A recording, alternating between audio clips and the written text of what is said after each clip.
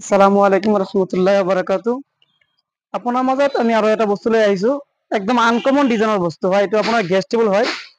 এনে আমি manually gas table 5 foot বাই হেৰি বনাও, 2.5 ফুট বনাও। ঠিক আছে, এইটো 6 ফুট বাই 7 ফুট আছে। আপোনাৰ চিষ্টেমটো বেলেগ ধৰণৰ। আপুনি চাওক, গোটেইখিনি ভালকে দেখাই দিয়ক চিষ্টেমটো কেনেকুৱা বনাইছে গেছ টেবুলটো। আৰু আজি আমি গেছ টেবুলটো কমপ্লিট বাৰ্নিছ কৰিছো। এনে বাৰ্নিছ নকৰো গেছ টেবুলত। মই ভিতৰ পিনেও দেখাই দি আছো।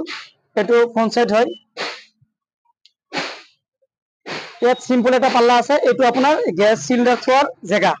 ঠিক আছে, আকৌ ইয়াত দুটা চেল্ফ আছে, এইটো কিবা বস্তু বাহিনী থাকিবৰ কাৰণে।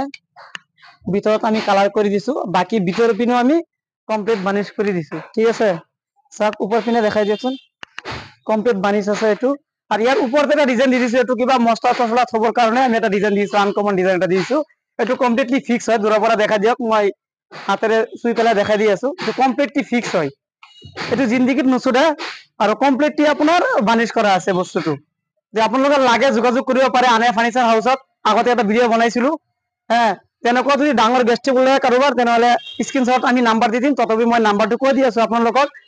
মোৰ নাম্বাৰটো হ'ল 8011065127। ইয়াত আপোনাৰ প্লেইন চিট দিয়া আছে, বেলেগ কিবা দিয়া নাই। এইটো আপোনাৰ মামৰেও নধৰে, ইয়াত গ্লাছ দিয়া আছে ষ্টেণ্ডাৰ্ডৰ কাৰণে। ঠিক আছে, আজিৰ ভিডিঅ'টো ইমানখিনি। কাৰোবাৰ যদি লাগে তেনেহ'লে যোগাযোগ কৰিব পাৰিব। ধন্যবাদ।